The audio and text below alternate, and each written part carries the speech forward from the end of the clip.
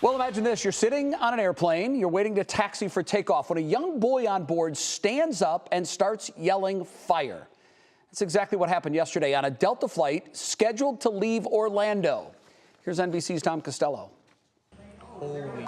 It happened at Orlando International. Fire shooting from the right side engine on Delta Flight 1213. The fully loaded Airbus A330 had just left the gate headed to Atlanta when a little boy suddenly jumped out of his seat. I mean, he started jumping up, pressing the call button and saying, "There's a fire, there's a fire, there's a fire outside." As pilots quickly shut off fuel to the engine, 282 passengers began evacuating. But with fire on the right side, they could only go down the left side emergency slides. When a rear slide malfunctioned, passengers panicked. Channing Wells on board with her 9-year-old son. So you had everyone in the back of the plane in a panic trying to rush to the front.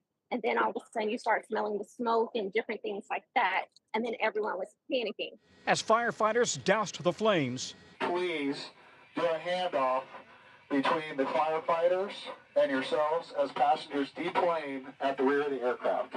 passengers gathered on the airport ramp. Thankfully, no injuries.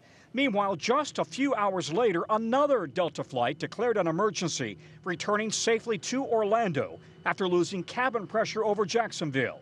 Delta apologized and reaccommodated all affected passengers, the latest in a string of aviation incidents, including engine fires in Houston and Denver, and crashes in Washington and Toronto. Passengers might understandably be a little concerned about flying after a series of high-profile incidents. The passenger concern is understandable, but it remains that flying is absolutely the safest way of moving from one place to another. It's the safest transportation system ever designed by humankind.